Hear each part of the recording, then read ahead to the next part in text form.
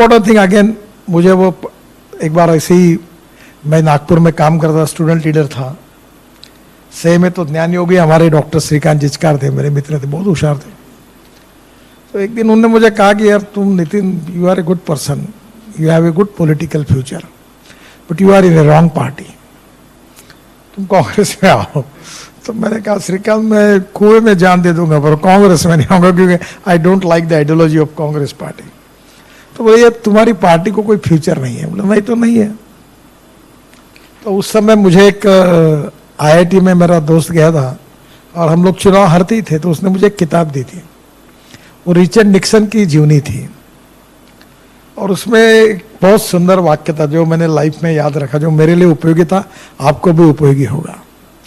उसने कहा था, the man is not finish when he is defeated, but he is finish when he quits. आदमी युद्ध भूमि पर हारने के बाद कभी समाप्त नहीं होता, पर युद्ध भूमि छोड़कर जब भाग जाता है तो समाप्त होता है।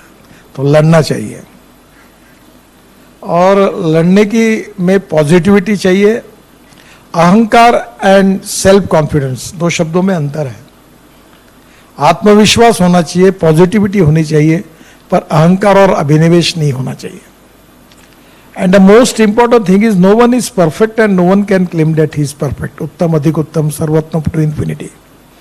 छोटे छोटे लोगों से बहुत सी बातें सीखने के लिए मिलती है, और मैं ये मानता हूं कि अच्छाई पर, क्वालिटी पर किसी का पेटेंट नहीं है। तो हमारे ही दोस्त मित्रों के साथ बात करते करते बहुत सी नई नई बातें हमको सीखने के लिए मिलती है, और वो हमारे पर्सनैलिटी में अगर हम ला सके तो that can be a good process by which हम अपने को सुधार सकते हैं। एक हमारे यहाँ बहुत बड़ा राजनीति में ये इंपॉर्टेंट चीज़ है, क्योंकि वो फिलॉसफी में अक्सर याद रखता हूँ, मैं लोगों को बताऊँ, ए नाम के व्यक्ति ने A² काम किया और B नाम के व्यक्ति ने B² काम किया, तो total work is A² + B²। But when A and B comes together, thinks together and works together, A + B bracket में स्क्वायर, इसका जवाब आता है A² + B² + twice AB, and that twice AB is a result of collective team spirit।